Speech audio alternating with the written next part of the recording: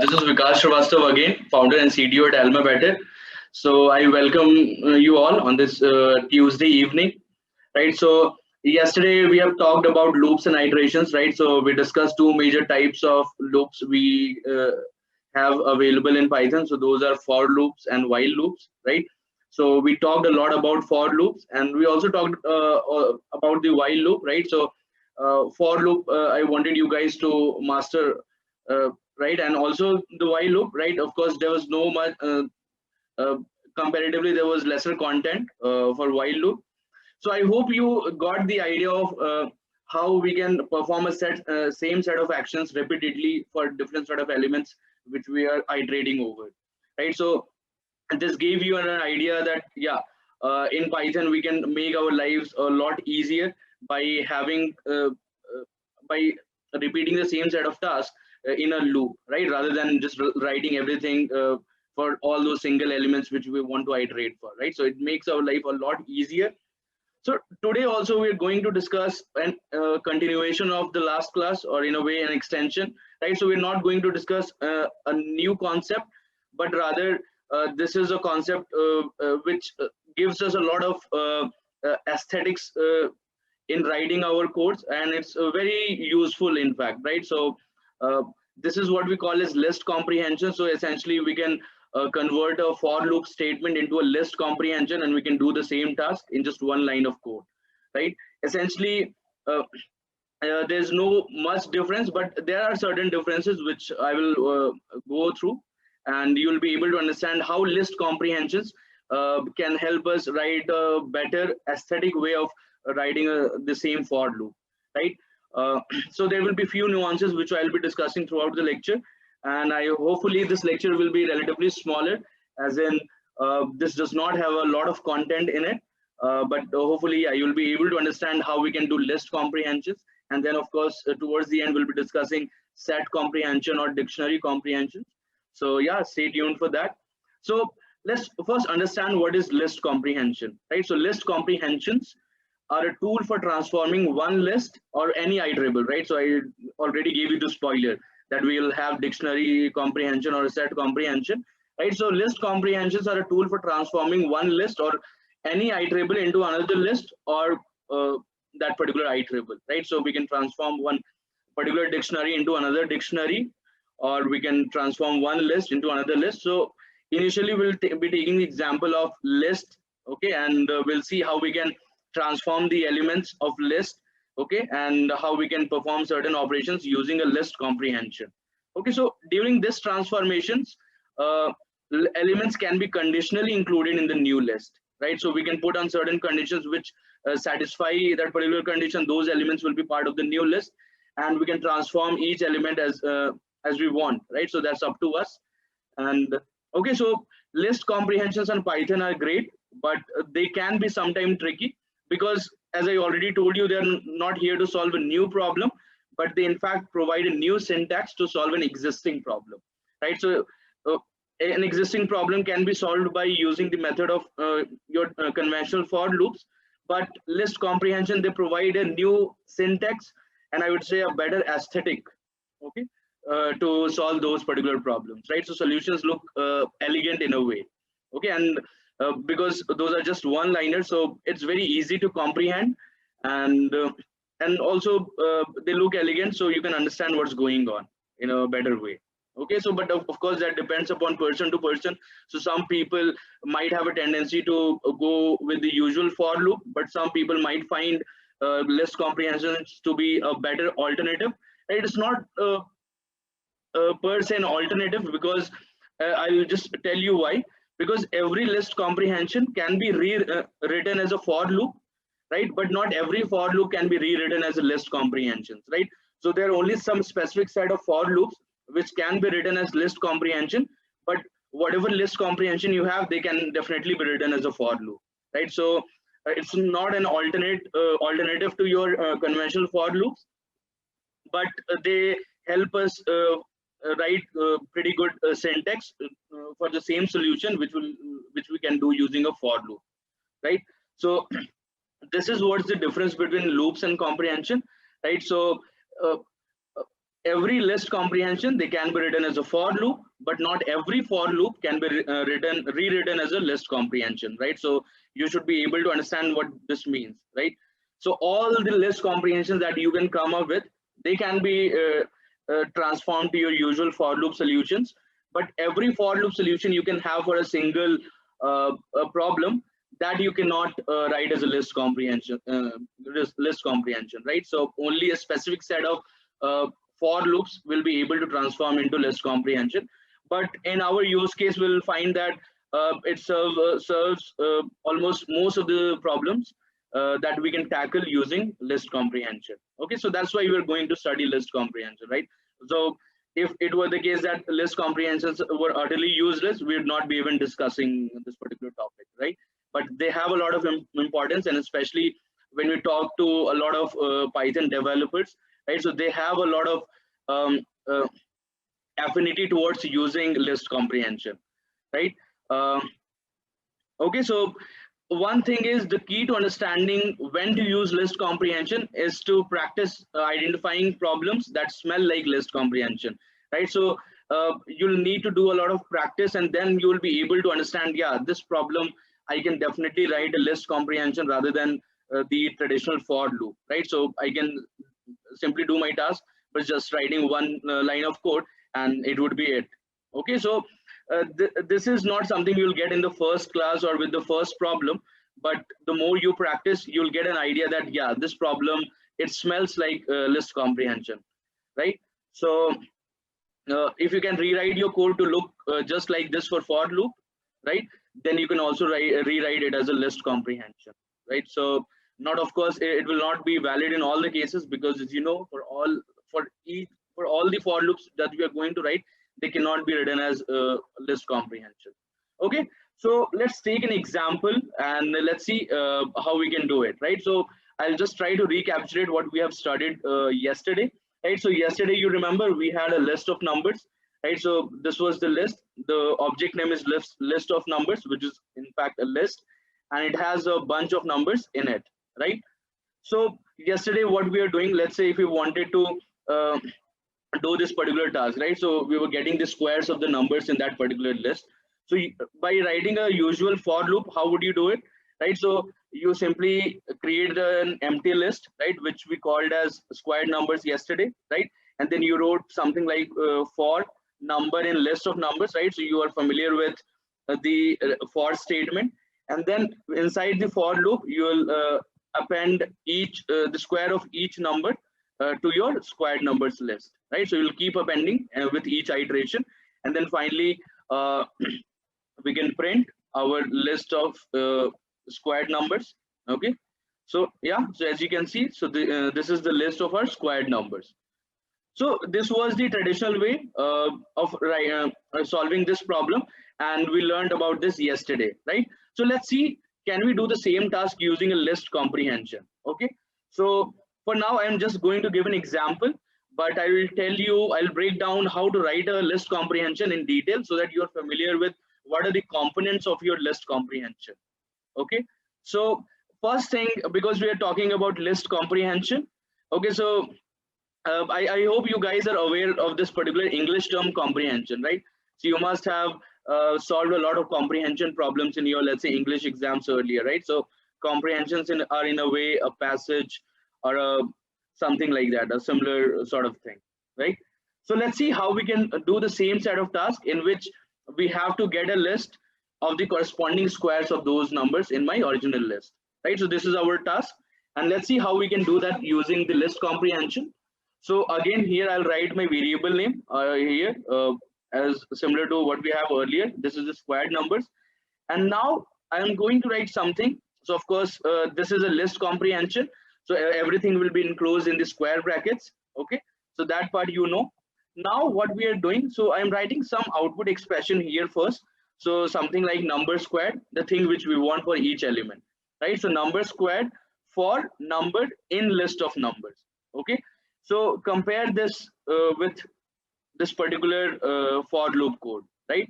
So you can find some differences here. So here we didn't, of course, for keyword is there. In fact, the entire set of things what we have here, it's there. Okay, and of course this part we also have in our list comprehension, as you can see, right? So number squared is also of course there, because this is the step where we are squaring those numbers. But one thing you can notice that we don't have to append it to a list, and in fact we don't have to initialize any such list, right? And we don't have to write this statement. Of course this is just one line, but this, I think you can all agree that this is a better or elegant way of writing the same for loop. Okay, so you write your variable name, that is your list object name. Okay, and then within the square brackets, because we're doing a list comprehension, essentially square numbers will be a list object. Okay, and then we'll write something similar to what we have written in for loop. So number squared for number in list of numbers, right? So let's go ahead and execute this and see if we get getting the same set of list, same numbers, right? So as you can see, this particular list and this one, right? So they're essentially the same. So this is another way of writing or doing that particular task, right? So our task was to create another list where each element would be the corresponding squares of those numbers in your original list, right? So this was our task, and we have been able to do it in two ways. First, we wrote the traditional for loop approach, but now we have written it using a list comprehension. And of course, in the list comprehension, we're using the keyword for, in, etc. Right? So that is of course part of this, but I'm sure you must, I'm sure you would agree that, yeah, this looks like a better or elegant solution, right? So I just want to, yeah, take your opinion about list comprehension, that whether does it look elegant. So maybe I'll just, yeah, post this in the chat, and maybe you can start posting your answers here. It's the same. Okay, I don't think it's the same link. Okay, so maybe I just want to get your opinion. So it's not a question per se, but it's more from an aesthetic point of view, whether this particular list comprehension looks like a better or a simple way to write this usual for loop, right? Because let's say we just want to convert or transform one list to another list. Okay, so that is our task. And yeah, so a lot of people, I think they would agree. Of course, you can disagree. So it's up to, it's at our discretion, right? So some people can prefer for loop, but some people can prefer list comprehension. But usually if you read about it online, okay, if you do some Google searches, so you'll find that a lot of Python developers, they really like the idea of list comprehension, and that's why they have included this in your Python language, right? So list comprehension, I don't think it was available in the very initial releases of Python, but it was later introduced, and it makes our code a lot readable and elegant too, right? So of course, yeah, so Rishabh is definitely correct. So he says that depends on one's understanding, right? So it might happen that some people are able to interpret the usual for loop in a better way as compared to list comprehension.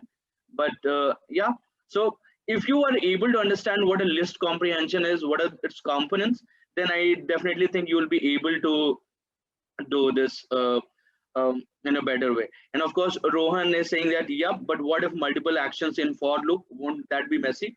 So in fact, yeah, so that's why I've said in the beginning, I gave the disclaimer that not every for loop can be rewritten as a list comprehension, right? So there are only some specific set of for loops. So let's say if you're doing a lot of complicated operations within your for loop, so your list comprehensions might, if it's even possible to write a list comprehension, even in that case, it will look a lot messier, right? So the very basic requirement of using list comprehension is that we want to make our code look elegant, and we want to have a relatively simpler syntax, right? So, but for simple problems, I think list comprehensions definitely win against your usual for loops, right? At least for the problems, it's if it's possible to write an elegant list comprehension, right? So thanks for your opinion, guys. I really liked that you're participating. I'll just yeah, clear this, and yeah, just give me a second.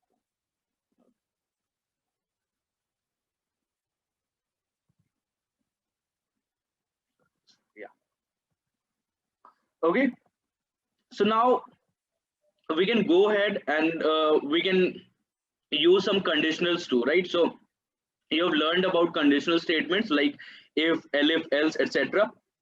So yesterday we did the same task using the for loop, right? So let's say if I just wanted to get the squares of those numbers which are even, right? So how can we do that using list comprehension? So we can write this list comprehension in this way. So I am writing the variable name as even squared numbers. Of course, I want to only get those squares of those numbers which are even, right? So I'll write equal to, of course, this is where we do the assignment operation. So I'm assigning this particular list object to this variable even squared numbers, right? So here also everything remains the same from the above list comprehension, right? As you can verify. So more or less it remains the same. There is just an extra addition, which is the if part. So we're writing something like number squared for number in list of numbers if number modulo 2 is equal to 0. So if this number is divisible by 2, we'll only have those numbers squared, else we'll just will not have those. Okay, so let's go ahead and execute this, right? So as you can see, so one is okay, so let me just print my original list of numbers so that you can see if this works. Okay, right? So yeah, as you can see, so 2 squared is 4, 4 squared is 16, 6 squared is 36, then 14 squared is 196, and then you have 20 squared, which is 400, right? So this works seamlessly, right? And it looks much better, right? What if you wanted to get these odd squared numbers? So similarly here you just have to add not equal to 0, right? So it will just print the squares of those numbers which are even. So as you can verify, so 1 squared is 1, then 11 squared is 121, and then 17 squared is 289, right? So this is how we can solve this particular set of problem using list comprehension. Okay, so okay, so one thing is suppose I wanted to add an else part here. So let's say if the number, so I can just copy paste this particular piece of code, and let's see. So let's say some modified squared numbers. Okay, so we want to find the squares of all those numbers, or maybe we want to do something else. Okay, so let's say modified numbers. I am just calling this modified list of numbers. Okay, so now what I want to do, I want to get the squares of those numbers which are odd, but I want to get the cube of those numbers which are not odd. Okay, so let's say usually what you want to do, that you would want to write the else part here, right? So else you would want to write number cube, something like this. Okay, so let's see if this works. And okay, so let's see if this works. So our objective is pretty clear. So we want to have a modified list of numbers where we want to get the squares of those numbers which are odd, but we want to get the cube of those numbers which are not odd. Essentially they are even. Okay, so let's see if this works, right? So it says that invalid in syntax. Okay, so it says invalid syntax. So I wanted to write something in the else part, but it is not allowing me to do. Okay, so now let's see if how can we include the else part here. Okay, so I have this mod. Okay, so I'll just do the same variable name because we're not just squaring them. Okay, so now what I can do, so I can write number squared if number modulo 2 not equal to 0. That means this handles the if part where the number is, we are checking for an odd number. Okay, else we can, so here after if we can write else. Okay, so as you can see that all the if else part has been shifted here, and then everything in the for part, right? So let's see if this works, then only we'll be able to verify. Okay, so now this works like magic. Okay, so I can just print my original list of numbers. Okay, so it already suggests me, so you don't even have to write the all the variable characters. Okay, so this is the list. So now what's the operation that we are doing? So if the number is odd, okay, so we'll do the squares. If the number is even, we'll cube it, right? So 4 cube is 64, 6 cube is 216, and then 11 is an odd number, so we'll just square it, right? So 121, so something like that. So 14 cube will be 2744, 17 square will be 289, and then 20 cube will be 8000. Okay, So okay, uh, Prashant is asking. So wait a bit. Okay, so Sanchita is asking, can we shift if to the front if there is no else? Okay, so let's try this. So you're saying that how about this particular thing, right? So I'll just copy this so that yeah, code remains clean. So you're just asking that, let's say, what if I omit else from here? Will this work? So let's see, right? So this does not work, right? So wherever we have the if, only the if part, that will go in the end. But let's say if we are having an else part, so that will be sandwiched between your output expression and the for part. Okay, so I'll come to the components of your list comprehension, so just bear with me. Okay. Okay, so in fact,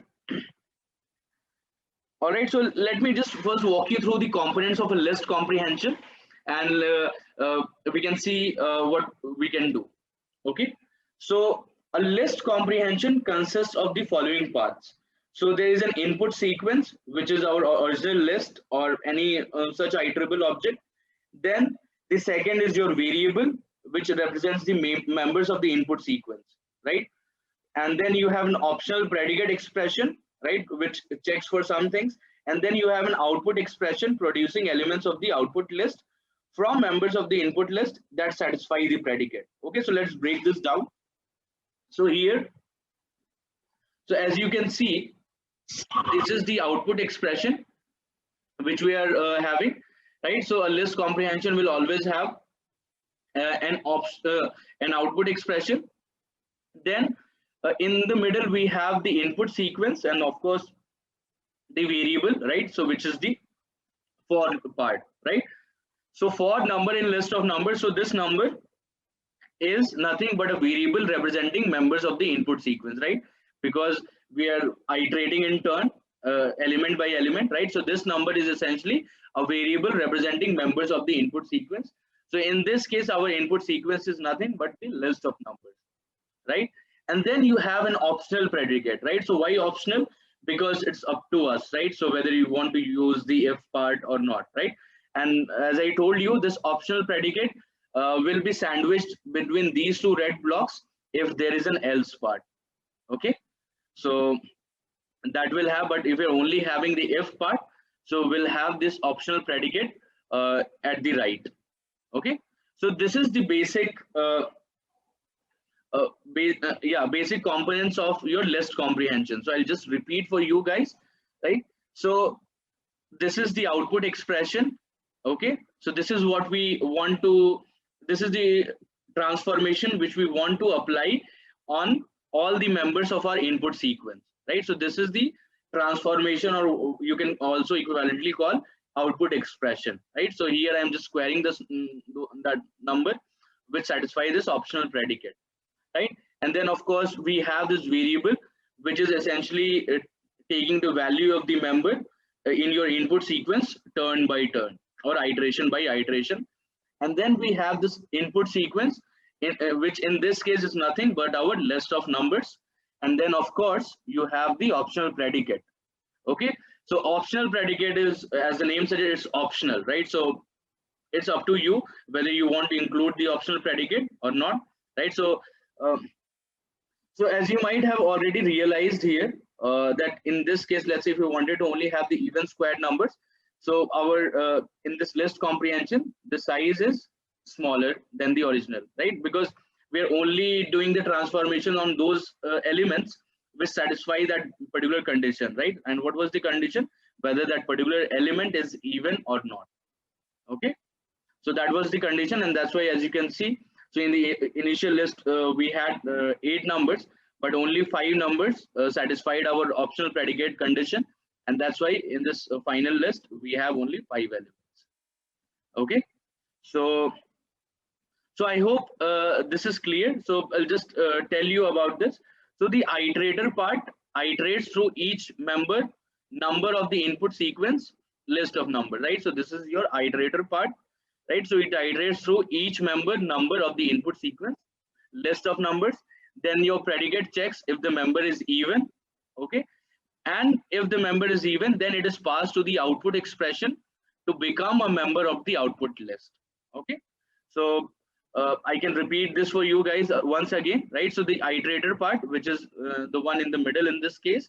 So this iterator part iterates through each member, which we call as number, because number will be taking different values, turn by turn or iteration by iteration of the input sequence list of numbers.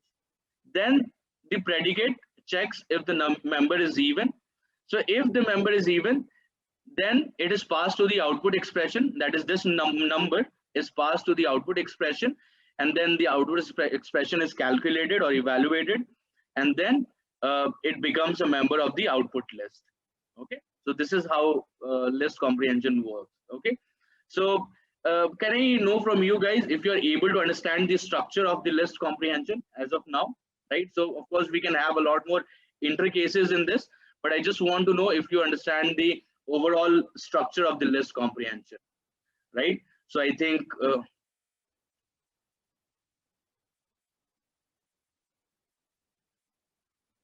so Sage is asking, so if statement is before input sequence, then it is not optional.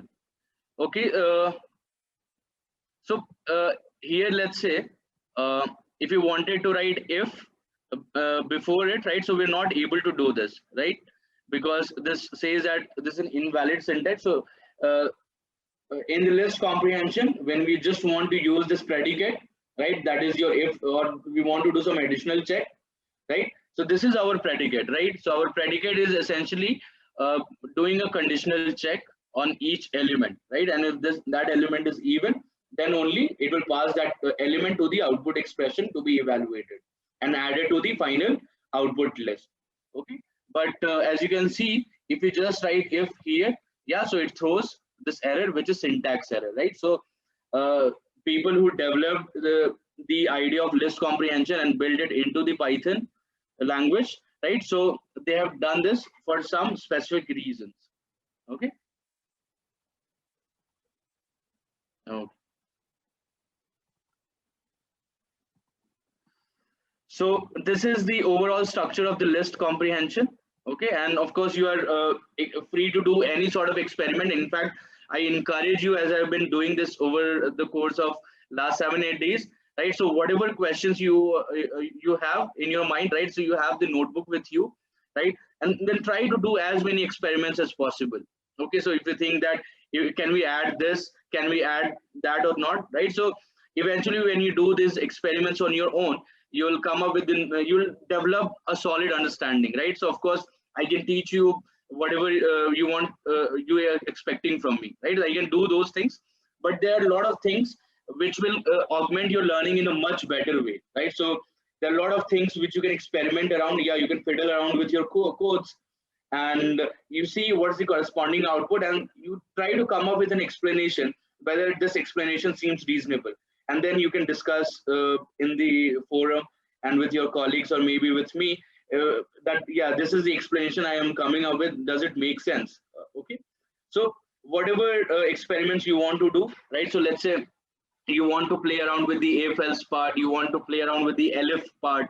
Okay, so you can do all those experiments, and because you have the notebook available with you, and you can definitely do that, right? So you can see what scenarios are not being captured in your list comprehension and see if those things are actually sticking to the components which I have described you, right?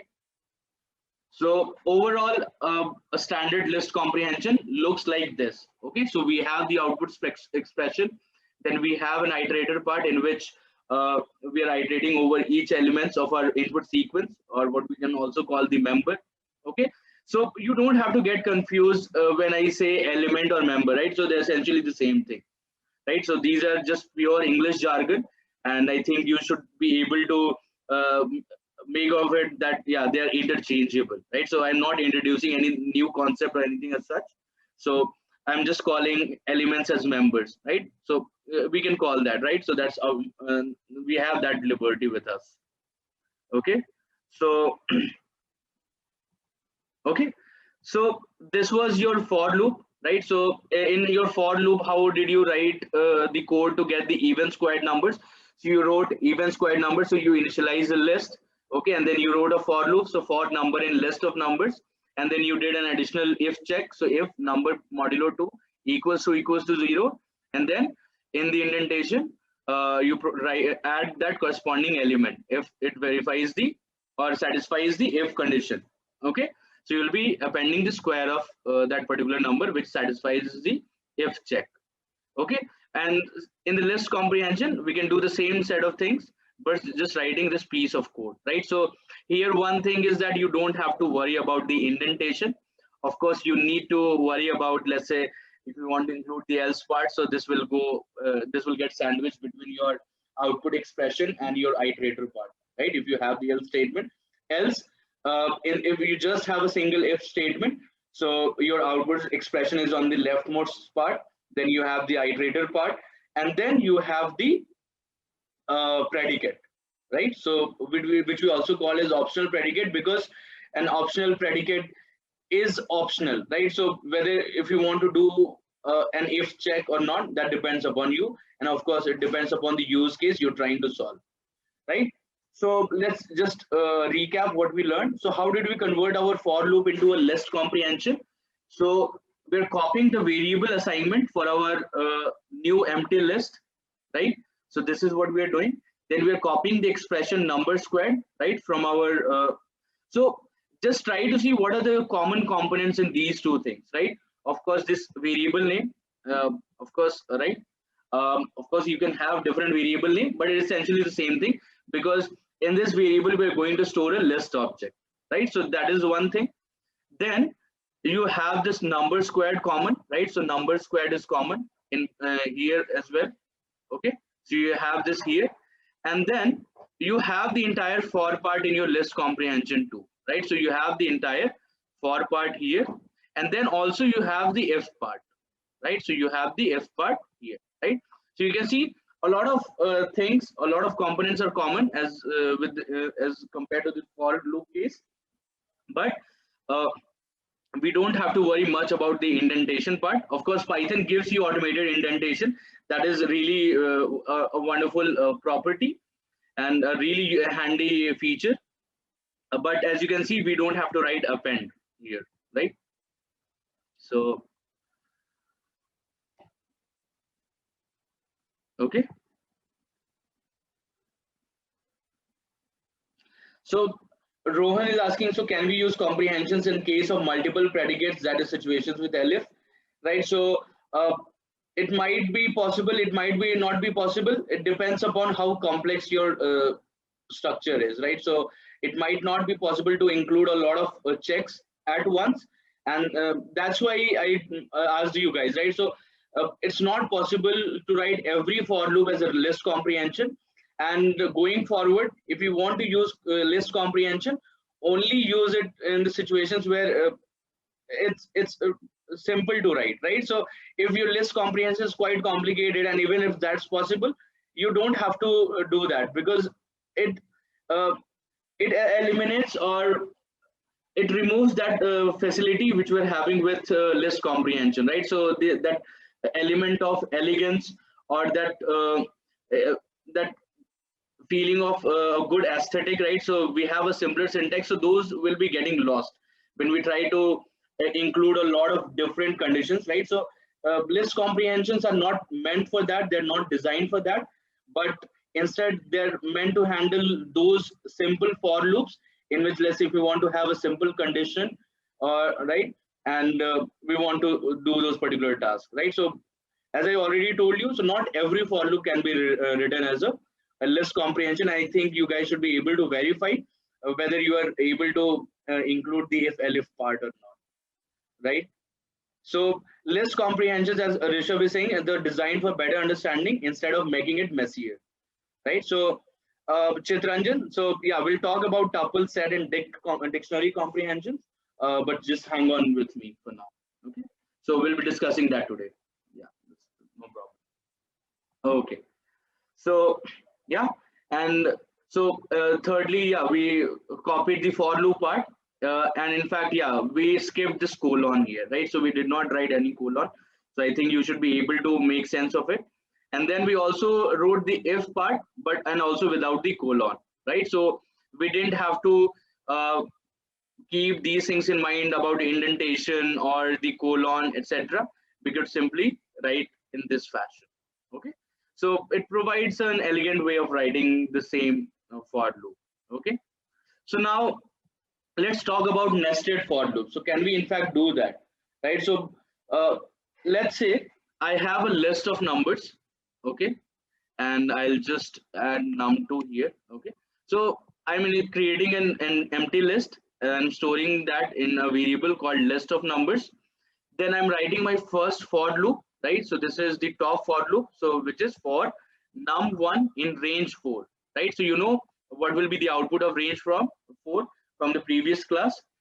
Then we have the nested for loop, that is the another for loop within your top for loop, right? So this for loop is within this particular for loop. Okay, so you need to understand this, and that's why we'll call this a nested for loop, right? So it's nested within another parent for loop. Okay, so this is a second for loop within this particular parent for loop. And then let's say what I want to do uh, to this list of numbers. So for each iteration, we'll be appending num2 here, and then finally we'll print our list of numbers. So let's see what will happen iteration by iteration, right? So firstly, num1 will take the value 0, okay, in this particular operation. Okay, so num1 will take the value 0. So if you're confused about what a particular piece of code is doing, so it's the best practice to always print the variable which you want to inspect. Okay, so in this case I'll just simply print num1. Okay, okay, so this is printed in this for loop. Okay, and now inside this for loop, what I'll do, I'll print num2. Okay, okay, so I'll just do this, and maybe I'll not use this particular thing, so I'll just comment this out. And I just want to show you first how nested for loops work, and then we can will look at the corresponding list comprehensions for these nested loops. Okay, so let's run this and see how the loop is. Okay, so firstly, as you can see, so range 4, it has 4 elements, so 0, 1, 2, 3, right? And then of course in the range 3, you have 3 elements which are 0, 1, 2. All right. So firstly we are printing num1, which is your 0. Now we are inside this particular for loop. Okay. So as long as this num1 is 0, all the iterations of this inner for loop will happen. Okay. So we'll print the first num2, so which is again 0. And then what we'll do, so another iteration. So now num2 will take the value 1, so it prints 1 here, and then num2 takes the value 2, so it prints 2 here. Okay, so for clarity, it would be better if I print them both together, so you can see what's actually going on. So okay, so let's see. Okay, so num1 is 0 in the first iteration, and num2 is 0. Okay, in the second iteration, num1 is again 0, but num2 has increased and taking the value 1. In the third iteration, num1 is again 0, but num2 is now 2. Okay, so for each value or for each iteration of this parent for loop, okay, there will be 3 iterations in this nested for loop. Okay, or the children for loop we can call. Okay, or the child for loop, right? So because it's a single for loop, right? So for each iteration of the parent for loop, okay, there will be 3 iterations in this case for this child for loop, as you can see, right? So num1 is taking the value 0, but num2 is taking value 0, 1, and 2. Okay, so now for num1, once it has exhausted all these set of iterations of the inside for loop, now num1 will go to another value, that is now will switch to another, the second iteration of the parent for loop. Okay, so now num1 will take the value 1. Okay, now the same set of things. So for now num1 equals to 1, this for loop will get executed 3 times. Okay, so as you can see, so num1 is 1, but num2 is 0, 1, 2, right? So as you can see, so this is the part where num1 is taking the value 1, and all these iterations are happening inside that bigger for loop. Okay, so this is how the nested for loop works. Okay, now once for the second element, this all the iterations for the inside for loop has been done, right? So now num1 will take the value 2, and then similar set of iterations will happen. Okay, so we can play around with different outputs and see if they make sense or not. Okay, so are you guys able to understand how this for nested for loop is working? Yeah, please do let me know over chat. Yeah, so this is a pretty straightforward thing. There's nothing new. Okay, because we're talking about iterations within an iteration. Okay, so we're talking about iterations within an iteration. Okay, so if I were to write it in a or annotate it, okay, so maybe, so let's say uh, this is the parent iteration. Okay, so this is the parent iteration, and then this is the child iteration. Okay, so now this for parent iteration, let's say iteration number 1 will have multiple iterations, so maybe let's say 3 iterations in this case, right? So we'll have 3 iterations. Then similarly for the second element of our parent for loop, so in the second iteration, so we'll have 3 more iterations, right? Of course, the number of iterations can change depending upon if there is any if condition within the child block or not, right? So those can be tricky. But for this example, this is what's happening, right? So for each parent iteration, or for each iteration in your parent loop, we are having multiple iterations in our inside for loop. Okay, so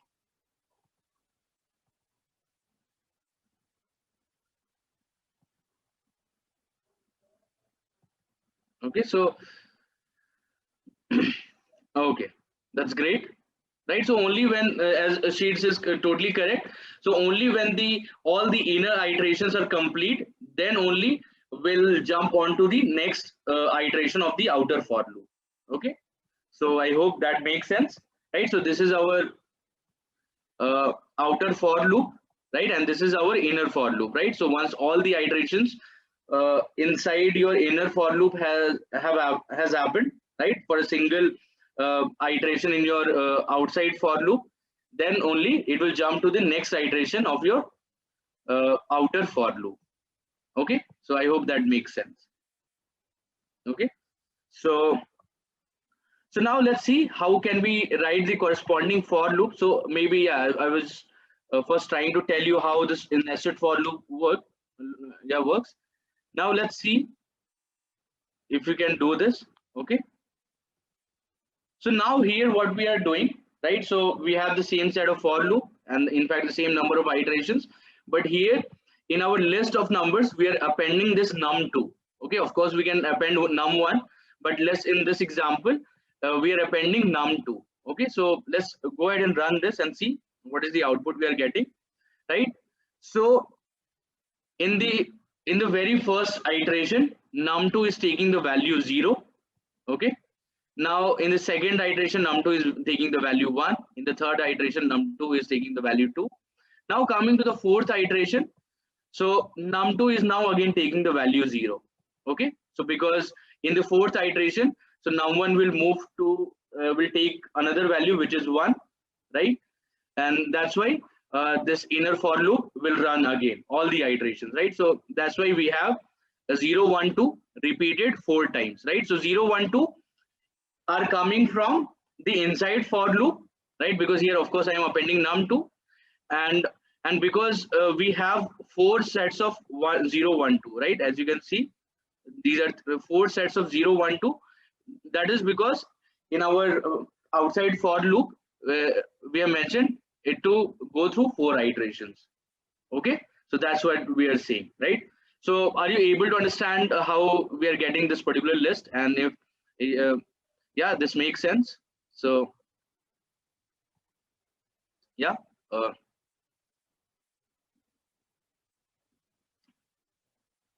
okay, so that's great to know you guys are able to comprehend what's happening here. So now let's say I want to do the same task, but not using the nested for loops, but using the list comprehension.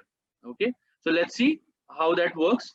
Okay, so here what we can do. So of course we'll write a variable name in which we want to store our list. Okay, so now what I'll do, I'll write something like num2 for num1 in range 4. So this is our top for loop, and then for num2 in range 3. So this is our inside for loop. Okay, so it's the same sequence here. It's the same sequence here. uh, so the top for loop will come in first, and then the second for loop will come here. Okay, which is your inside for loop. Let's see if this works and gives us the same set of, right? So as you can see, so these two lists are identical, right? So there's no difference at all in these two lists. Okay, so this is how we can write the corresponding uh, list comprehension for this nested for loop, right? So let me just walk you through the syntax again. So of course you'll be enclosing this in a square bracket within the square brackets, and then this is your output expression. In this case we just want to append this num2. Okay, now you have the for part, right? So this is coming from the top for loop or the outside or outer for loop. Okay, and then the second for part, right? This is what we have for the inside for loop. Okay, and here we are not having any optional predicate, right? We're not doing any conditional check, so that has been omitted here. Okay, so as you can see, so this is the corresponding list comprehension. But there's a funny thing with us humans, right? So you would say that if you were to write this particular nested for loop comprehension, at least I would have written this in this particular way, right? So num2 for num2 in range 3 for num1 in range 4, right? Because num2 is what I want to output, right? So my brain will tell me, so this is my own tendency, that I will write the inner for loop first, and then I'll write the outer for loop. Okay, so let's try and run this and see what we are getting here, right? So here we're not getting the same list here, right? So it does a totally different task. Okay, so you need to understand a very important concept here, especially when you're writing list comprehension for nested for loops. Okay, so the correct version is the one above. So this is what I have told you, right? So so this is the gist. So when working with nested loops in list comprehension, remember that the for clauses remain in the same order as it would have been in our original for loops, right? So in this case, right? So this is our outer for loop, and then this is our inner for loop. Okay, right? So it will be in the same order, right? So despite what your brain tells you, right? So you don't have to fall for that, right? Because I know we all are humans, and we are all subject to our own biases. But here you need to understand that these for loops will come in the same order as they would appear in a standard for loop. Okay, so does this make sense, guys? uh, can you please tell me if this makes sense? Right, so you'll have the output expression, then you'll have the outer for loop, and then you'll have the inner for loop. Okay, so the sequence is important, right? So here we can verify why are we getting this particular set of output, right? So now the outer for loop has three sets of iterations, right? Set of three iterations, and then the inner for loop has a set of four iterations, right? So essentially one, okay, or maybe you can call, let's take that number 0, then you have the four iterations, then that number is 1, then four iterations, and then again that number 2, and then four iterations, right? So as you can see here, so we are printing num2. Let's say if I print num1 here in this case, right? So we should be able to get a relatively different, right? But you get the idea, right? So now here I'm printing num1, but that is what I'm outputting, right? Because here I have range 4, right? So the inside for loop will run 4 iterations, right? And the outer will be running for three set of iterations. Okay, so as you can see, so these 4 elements 0, 1, 2, 3 0 1 2 3 and then 0 1 2 3, right? So you can have those, and of course you can have a lot of complicated expressions here. So maybe something like, let's say, num1 to the power num2, maybe. Okay, so you can have these sorts of things, right? So a lot of different output expressions you can experiment with. Okay. Okay, so it's up to you. So experiment with these things, right? So you have a lot of scope of experimentation when using list comprehension, or in fact when you're writing simple for loops or nested for loops, right? So a lot of things you have access to, right? So you can experiment with them. And one of the most important thing is, let's say, if, forget about list comprehension. If you're struggling with understanding a piece of, let's say, for loop code, right? So it's always the best practice to print your variables, right? So in this case, our variable is num1, so always print it, and depending upon where you are printing that variable, will get the corresponding output, right? So try to experiment with variables, print them at different places, and see what is the output you are getting. Is that being changed or not, right?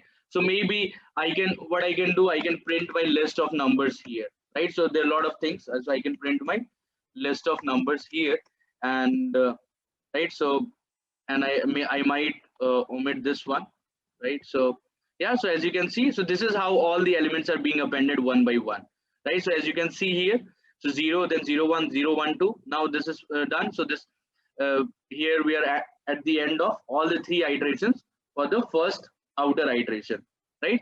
So now we have these 3 iterations, then next, then these 3 iterations, right?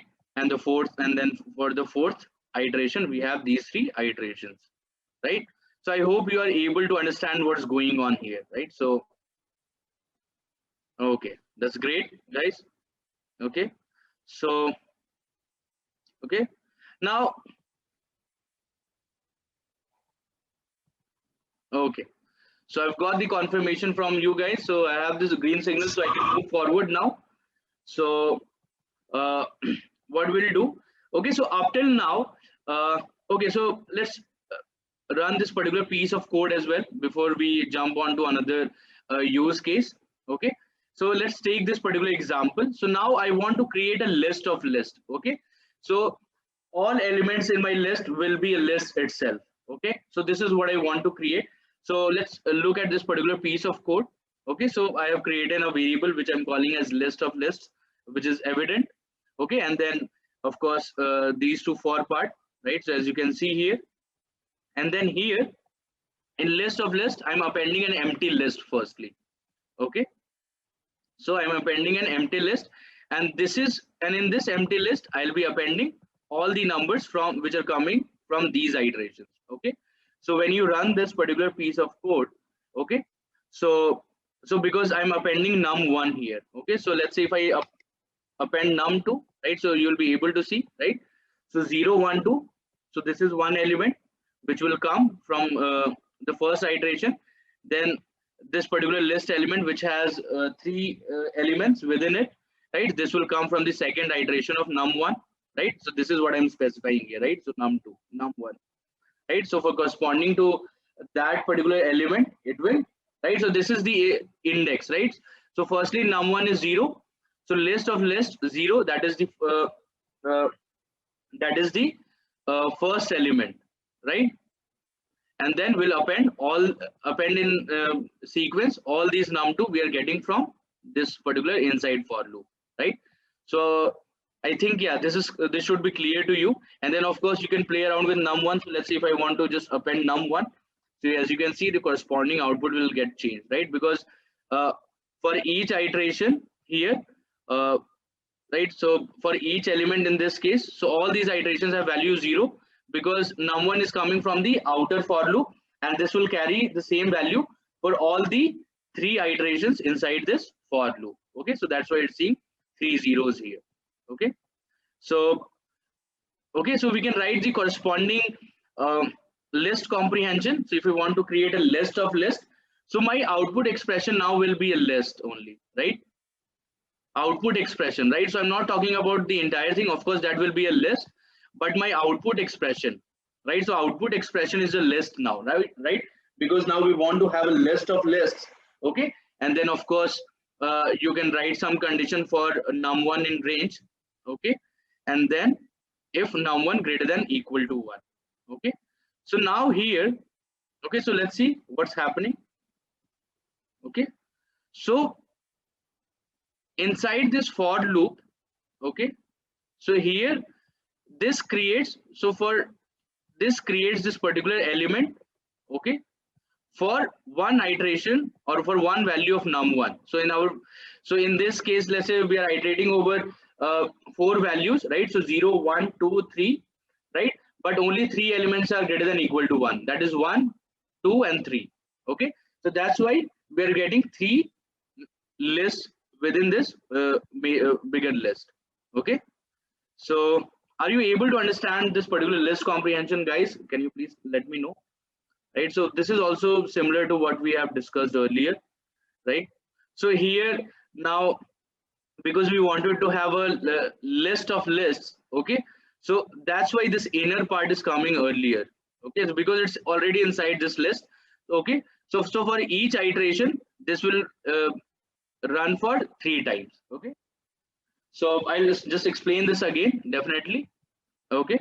So okay, so first you need to understand how this particular thing is working, right? So this for num1 in range 4, right? So what we are trying to do, uh, so for each iteration in your outer for loop, what we'll do, we'll first create an empty list, and then for all the iterations within that outer iteration, we'll append each element one by one, right?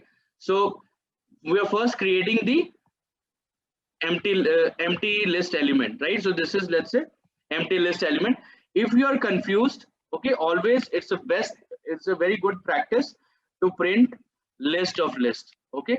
So okay, so maybe what I can do, I can print, okay, so I can print the list of list here, okay? So you'll be able to understand what's going on, okay? So it's not that difficult, but of course this is a relatively new thing, so you might take some time getting accustomed to it, okay? So now let's talk, because we are appending num1, maybe let's say we'll append num2, so this will clarify in a much better way, okay? So there are four set of values which, so firstly num1 is taking these values, right? So 0 1 2 3, right? But yeah, okay. And num2, for each of these it's taking these values, right? So 0 1 2, right? So for each of these, so for one also num2 is taking 0 1 2, right? So here also 0 1 2, right? And then of course for 3 as well, it's taking 0 1 2, okay? So I hope you understand this particular bit, okay? Now moving forward, okay, so what's happening, so I'm printing my list of lists here. So now in the first iteration, what will be the value of num2, right? So the value in the first iteration, so the first iteration, so if I look at these values, which are, let's say, num1 and then num, yeah, I'm not sure, yeah. So num2, okay? So in the first iteration, num1 is taking the value 0 and then num2 is taking the value 0, okay? So that's why when we are appending num2, so this gets appended to this empty list, right? So we are first creating the empty list here, or within the bigger list, what we are calling as list of lists, okay? So okay, so 0 is added. Now in the second iteration, where num1 again takes the value 0, but num2 now takes the value 1, right? So this is the, so this is your first iteration, and then this is your second iteration, okay? So now num2 takes the value 1, okay? So now as you can see, this has been appended to this list of list num1, okay? So so list of list, so in for the first three or for second iteration, so list of lists, okay?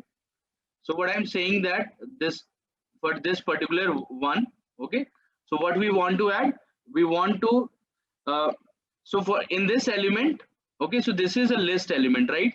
Because list of list is a bigger list, and if you focus on, okay, sorry, this is num1, right? So this will be 0.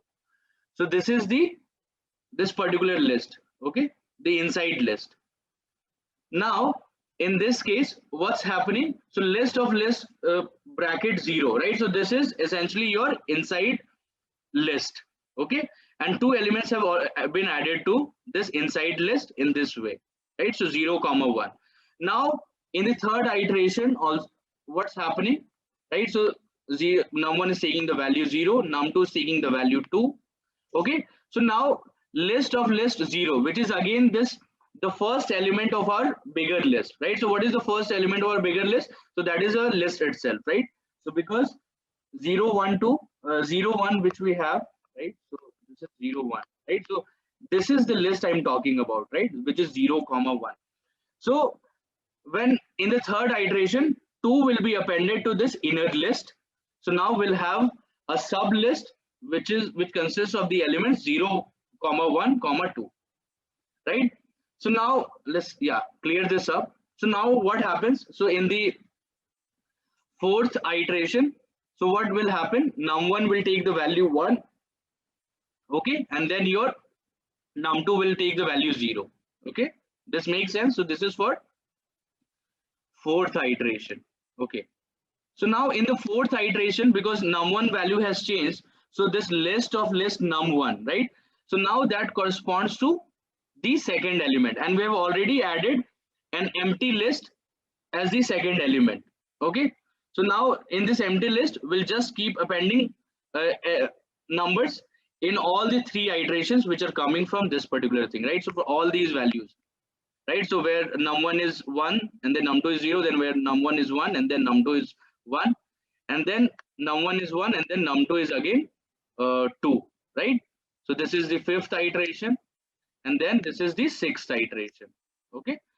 So in this way, what we are trying to do, so in our in our bigger list, okay, so we are adding these sub list, okay, or they're essentially list only, right?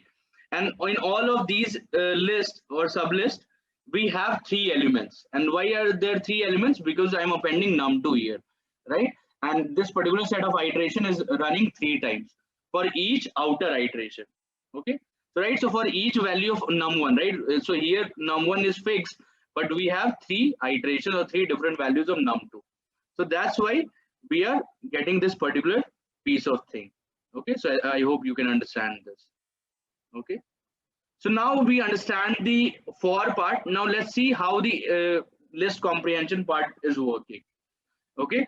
So here what we are doing, so this is our output expression. What is our output expression? So our output expression is nothing but we want to have a list of lists, and in fact this uh, this bigger list will have, let's say, 4 elements or 3 elements depending upon what kind of range or how many iterations we are dealing with, right? So if you look at this specific example, right?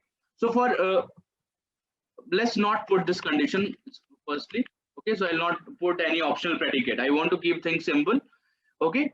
So for each value of num1, right? So in the first iteration, num1 will take the value 0. When num1 is taking the value 0, we are outputting this particular expression, right? So you know what will be the output of this particular expression, right? So 0 1 2, right? So this is what we have here, right? So now again you come to the next value of num1, which is 1. So even in that case, this will run again, right? So essentially the same thing. So it will just repeat that list, right? So as you can see, these elements are the same, okay, because we are not changing anything here. But let's say if you had something like num2 multiplied by num1, okay. So if we had something like this, so we'll have some interesting things to look at, okay. So let's see how this is working. So in the first iteration, num1 is taking the value 0, okay. So num1 is taking the value 0. So all the elements in this inside list, right, which is our output expression for this particular list comprehension, right? So this is our output expression, which is nothing but a list only, right? So because num1 is 0, so all the elements will be multiplied by 0. So that's why for the first iteration or the first set of iterations for where num1 is equal to 0 will be getting 0 values, right? Now let's move forward. Okay, so now num1 takes the value 1. Now we want to see what will be the output from here, right? So num1 now takes the value 1. So in the first iteration in this inside, right? So in the first iteration, num2 is taking the value 0. So that's why we have 0 here. But then in the second iteration, of course, num1 is taking 1 and then num2 will increase to 1. So that's why we have 1 into 1. And then num2 will take value 2. And of course, num1 is fixed for this particular iteration. So it will take the value 2 into 1. That is 2. Right? So this is how we are getting the second element. Now, similarly, you can see for the third iteration, so where num1 takes the value 2, now you can check for 2 into 0, then 2 into 1, and then 2 into 2, right? So that's why you will get 0, 2, and 4 here. And then when num1 takes the value 3, so you can simply have all those 3 elements. So 3 into 0, right? Then 3 into 1, and then 3 into 2, right? So these elements. Okay, so in this way, we can write the corresponding list comprehension for a similar use case, right? So, so are you guys able to understand this particular list comprehension? Yeah, can I get a yes from you guys if you're able to understand? Okay, so I think yeah, everyone is on the same page. I want to ask from Shubham specifically because you're the one who was facing issue. Yeah, so Shubham, okay, that's great. All right, so now let's move forward. Okay, so now up till now we have only implemented list comprehension for list objects, but as I already gave you this spoiler earlier that there are different other iterables in Python which are sequence of elements or a group of elements and where we can apply such sort of comprehension. Okay, so let's look at those particular examples. Okay, in this case of course we'll be not doing something different. Of course here we'll also be doing the list comprehension, but just wanted to give you an example. Okay, so here again I have the same example from yesterday. So this was the string which we have from the last class, and this string variable I'm calling as Heisenberg 4, and then I'm storing all the words said by all the words here in this variable words by Walter, and then it gives me this particular list of words which are words by Walter, right? And our separator here is space, so all the elements separated by space will be considered as a single word. Okay, so because that's why you're seeing me dot here. Okay, so yeah, so this is already from earlier, and let's say our task is if we want to store the first letter of each word in another list, right? So this is our list which is words by Walter. Now I want to do a task in which I grab the first element of each word, I, C, T, E, right? So I want to grab the first letter of each word and store that in another list. Okay, so what is the for statement or for loop which I'll write? So I'll first create a list which I'll call as first letters. Okay, this is a relevant variable name, and I think you guys should imbibe this practice that whenever you are writing a piece of code or anything, always write relevant variable names. Of course, x is equal to something, this also will do the same set of thing, but if you write a relevant variable name, right, so your code will be much readable, and anyone looking at your code will think that yeah, you have put a lot of thought into it, right? So you should definitely write, and in fact start writing relevant variable names if you haven't started yet. Okay, so this is really important. Okay, so now using the traditional for loop, so I'll write the for loop statement. So for word in words by Walter, right? So this word will take each of these strings in turn, right? And then for each, so in our empty list, I'll start appending the first character, right? So this is my word, and I want to grab the first character, so I can use this particular indexing method where I'm using 0 within the square bracket. So this will give me the first element of each word. Okay, so let's go ahead and run this particular piece of code. Okay, of course I have not defined this particular thing. Okay, so words by Walter. All right, so now as you can see, so we have this list of first letters, right? So I for it, then C for ceases, T for to, E for exists, then W for without, then M for me, then capital N for no, right? So you get the idea, right? So now we have the list of all the first letters. Suppose if we wanted to do this with list comprehension, so we can do this again, right? So it's a very simple syntax, right? So of course you write the variable name in which you want to assign your output list, and then this is the expression for that, right? So, and what we want to output, the first character of each word. So word 0, right, for word in words by Walter. Okay, so this is the only piece of code which we'll writing using list comprehension, and this will eventually give me the same set of same list, right? So these two lists are identical, right? So both of these are the same way, or both of these are different ways of doing the same task. Okay, so I hope you get the idea. Okay, so here also, let's say if I wanted to store each character of my, let's say, string here, I wanted to store each character of my string. So what you can do, so it's a very interesting problem. So I don't think you have basically created a list of characters from a given string, right? So I don't think you have done this up till now, but this is what we can do using list comprehension. Okay, so I have this my string which I'm calling as alphabet inc, and then I'm creating a list of characters. I'm writing this simple list comprehension where I'm writing char for char in my string. Okay, so it will go over each element, because you know that the string is nothing but a sequence of characters, right? So it will go over each element and grab that element and store that in this list, our list of characters. So as you can see, this particular output, right? So A is the first element or the character, then L is the second element, P is the third element, H is the fourth element, and so on and so forth, right? So in this way, you can take a string and you can store all the characters in your string as individual elements of a list. Okay, isn't that wonderful, right? So it's a very good way to deal with these set of operations. Okay, so I've been talking about list comprehension till now, but of course we can extend the idea to different uh, uh, iterables, so or different iterable objects. So let's say we have this tuple which I'm calling as days, and it has 7 elements in it, right? So from Monday to Sunday. All right.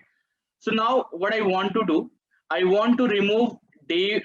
Okay, so I'll just okay. So my task is I want to remove the word day. So maybe I'll just copy this particular thing. Okay, and I want you guys to answer. Okay. So let us create a tuple where we want to remove the word day from each element. So for now, don't create a tuple, create a list where we want to remove the word day from each list element, and assume we have a list of these strings, right? So Monday, Tuesday, Wednesday, right? So assume it's not a tuple, it's a list. So yeah, just post your answers here, right? So assume it's a list, and then just write the corresponding list comprehension where I want to get rid of the word day in each of those days, right? So how do you write that? Okay.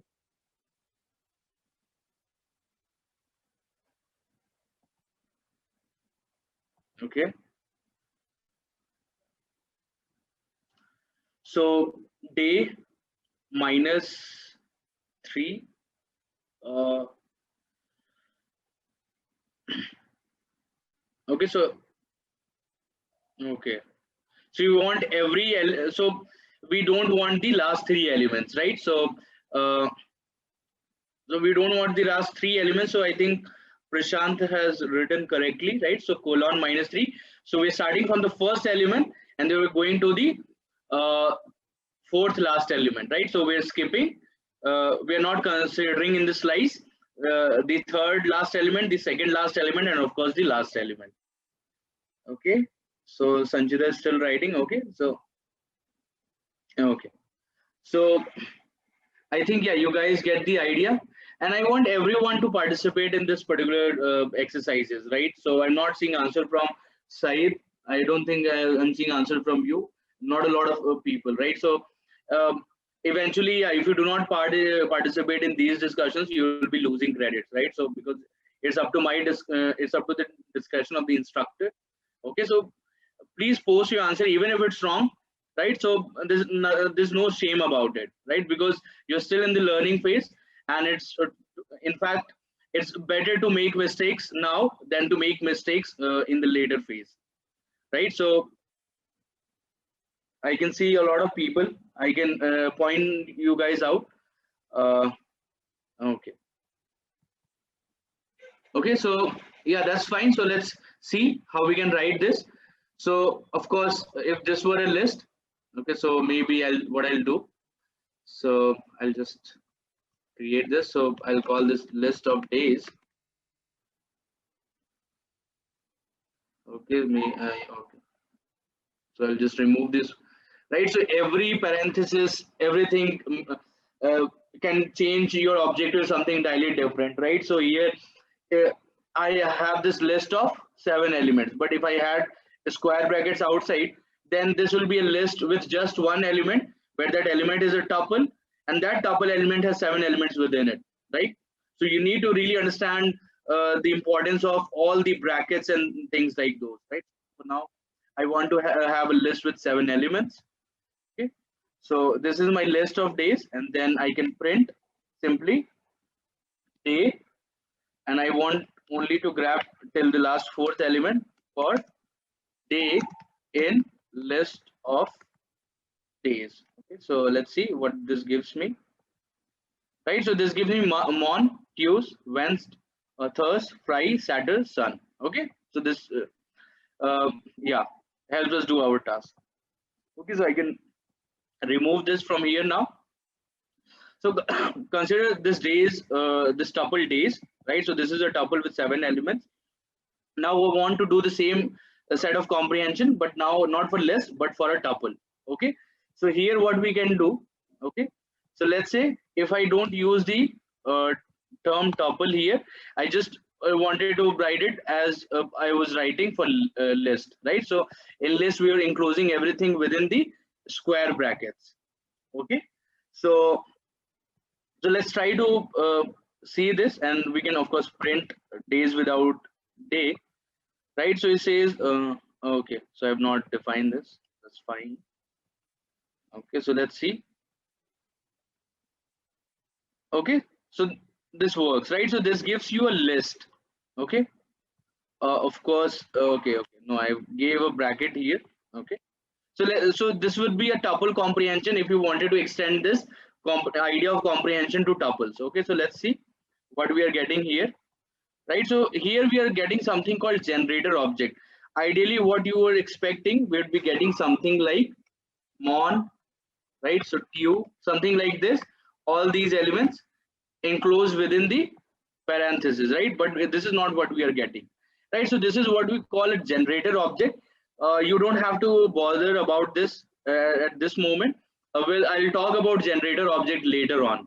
Okay, so maybe when you completed the Python module, right? So when we go into machine learning, explore different libraries, right? So there I'll introduce you to the idea of generator object, or maybe we can introduce that soon, but depends upon the use case. Okay, so for now you don't have to worry about what are these generator objects.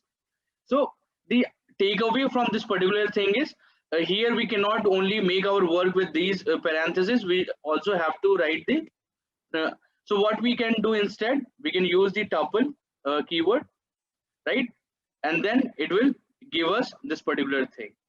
Okay, or what we can also do equivalently, uh, we can write a list comprehension, we can write a list comprehension, and then pass that list comprehension in this tuple function. Okay, so both we can do. Okay, so this also you can see that this is again a tuple, right, without the day. Okay, so don't ask me about generator objects for now because I don't want to confuse you guys, but just keep in mind that if you want to create the corresponding tuple comprehension, right, so what you need to do, what you can do, that you can provide this, you need to write this keyword tuple and everything will be written in the parenthesis here, right? So either this, Okay, or maybe you write the list comprehension first and then pass that inside that tuple function. Okay, so you can do both of them. Okay, so does this make sense, guys, for tuple comprehension? So we'll not be using a tuple comprehensions at all. Okay, so this is just to introduce you to the idea that we can extend the idea of comprehension to other iterables apart from list. Okay, so okay, so you don't have to bother about all the details. Of course you can experiment, but this is beyond the scope. And I have never actually used a tuple comprehension in my job life, right? So that's it. But the idea is you can of course extend the idea of comprehension to other iterable objects. So now let's look at set comprehension. Okay, so as you can see earlier, suppose um, I want to add the first character of each word in words by Walter to a set. Okay, so how do you first create an empty set? So I am just trying to introduce you to the idea of how to do this particular task using the traditional for loop. Okay, and then correspondingly we'll see how we can write the set comprehension. Okay, so I'm creating this set which I'm calling as first letters, and then this is an empty set. Okay, so we cannot write empty set as these, right, because this is reserved for dictionary. Okay, so I think you're already familiar with that. That's fine. Okay, so now what we'll do, we'll go over each word in our list of words, which is this words by Walter, and then in this empty set we'll add the first character. Okay, so you know that the set object has an add method. Okay, so we can add an element to a set. Okay, so let's do this, and we can see, right? So maybe so I'll just print words by Walter so you can see what's happening. Okay, so it's so, and as you can see that in our set we'll only have the unique set of elements, right? So you already know this definition, right? So sets are essentially unordered collection of unique elements, right? So here we have fewer elements as you might have expected, because there were a lot of other words, right? So where we got this list comprehension, right? So we had a lot of elements here, right?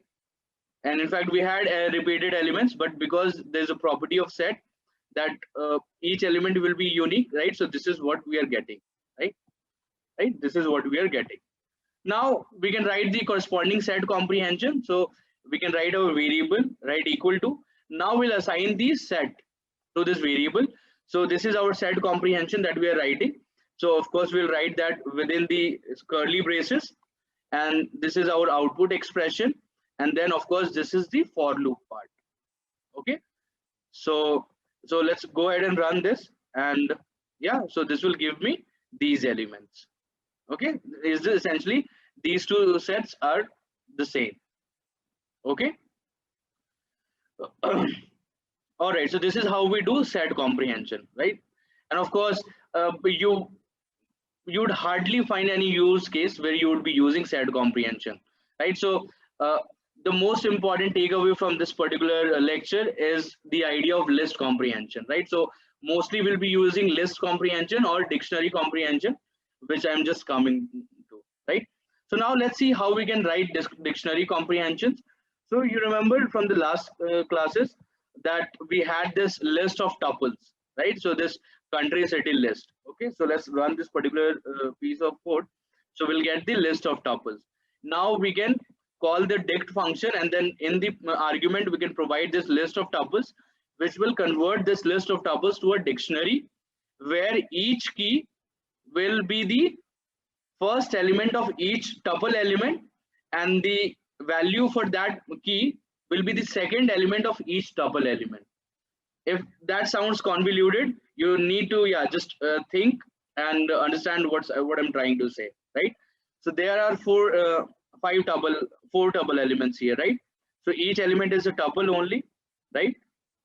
So so what this will do, this will create a dictionary where each key of the dictionary comes from the first element of each tuple element, right? So these are the first elements, and then the corresponding values are the second element of each tuple element. Okay, so needless to say, I think you already know this, but I just wanted to re-emphasize. Okay, so okay, now okay, so let's create our dictionary. So this is our dictionary. Now I want to do an important task here. Okay, so I want to swap the keys and values for this dictionary. Okay, so let's see how we can do that. Okay, so because we want to create another dictionary, but our keys and values will be swapped. Okay, so your original key will now become the value of the new dictionary, and the value of the original dictionary will become the key of this new dictionary. Okay, so I'm calling this new dictionary flipped. Okay, and I'm creating empty dictionary here. Okay, so this is the way, right? So you don't have to get it confused with the set. Okay, now using the traditional for loop method, how we can write it? So for country comma city in country city dict dot items. Okay, so you know that this yields a list of tuples only, and you know about tuple unpacking from the last class. Okay, so now what we want to do in this dictionary, so we'll take the city as key and we'll assign the value for this particular corresponding to this key as this as country, right? So we are essentially flipping it. Okay, so let's see. Okay, so now as you can see, New Delhi is the key and India is the value, right? As opposed to what we had in the original list and dictionary, right? So I hope, yeah, you understand this particular bit. So let's see how we can write the dictionary comprehensions here. So here also I'll write the new dictionary name, then equal to sign, and of course everything in the square brackets. Here one thing is important. So you learned here in set comprehension, right? So here also we are enclosing this within the square within the curly braces. So in the dictionary also we'll be enclosing everything in the curly braces. What will be the difference between these two?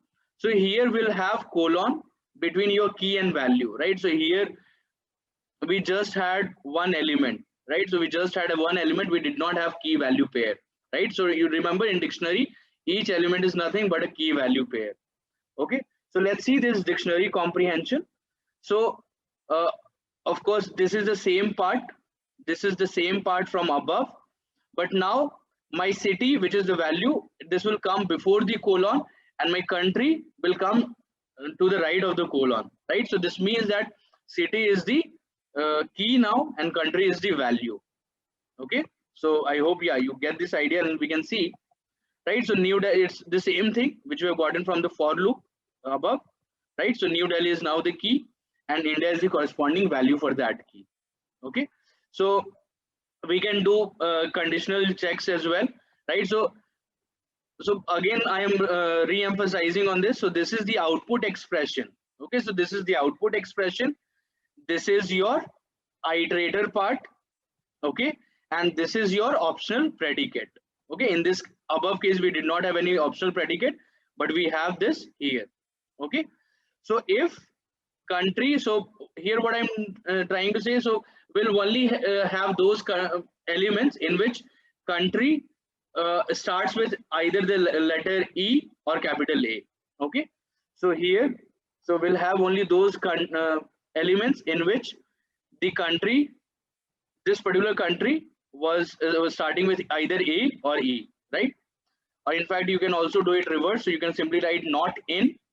Okay, and we can have other countries here, right? So New Delhi, India, right? So I does not start with E or A, not even not this United States, right? So you get the idea, right? So we can do a lot of things here, right? And that's it mostly, right? So it's essentially the same set of thing. So you need to remember the structure, right? So I'll just yeah, try to revisit this. So this is really important if you remember this particular figure in your head, right? So this is the output expression we have. This is your iterator part in which you specify the input sequence or the variable, right? So this input sequence can be any iterable, right? So we saw examples of list, we saw example of sets, dictionaries and tuples, right? And then you have this optional predicate. And of course, if you want to add let's say else part. So this optional predicate will get sandwiched between your output expression and your iterator part. Okay, so I hope that should make sense. Okay. Okay, so can we also do list comprehension and then use set? Okay. Um, okay, so Rishabh, why don't you try that out and let me know what you get? Okay, so okay, so I think, yeah, so this is pretty much it in this lecture, right? So I hope you get the key ideas. So of course we'll only be using list comprehension where we think that there is a proper scope, right? So if you're writing some, let's say, convoluted piece of nested for loops, or even a complicated code, right? Uh, so you don't have to resort to list comprehension. So you're definitely fine with for loop, but list comprehension should only be used in those cases in which we want to write an elegant formulation. So we want to write, let's say, one liner code. We don't have to worry about the syntax, right? So in those scenarios, we'll be writing or using the list comprehension, right? So as I have mentioned here, right? So the key to understanding when to use list comprehension is to practice identifying problems that smell like list comprehensions.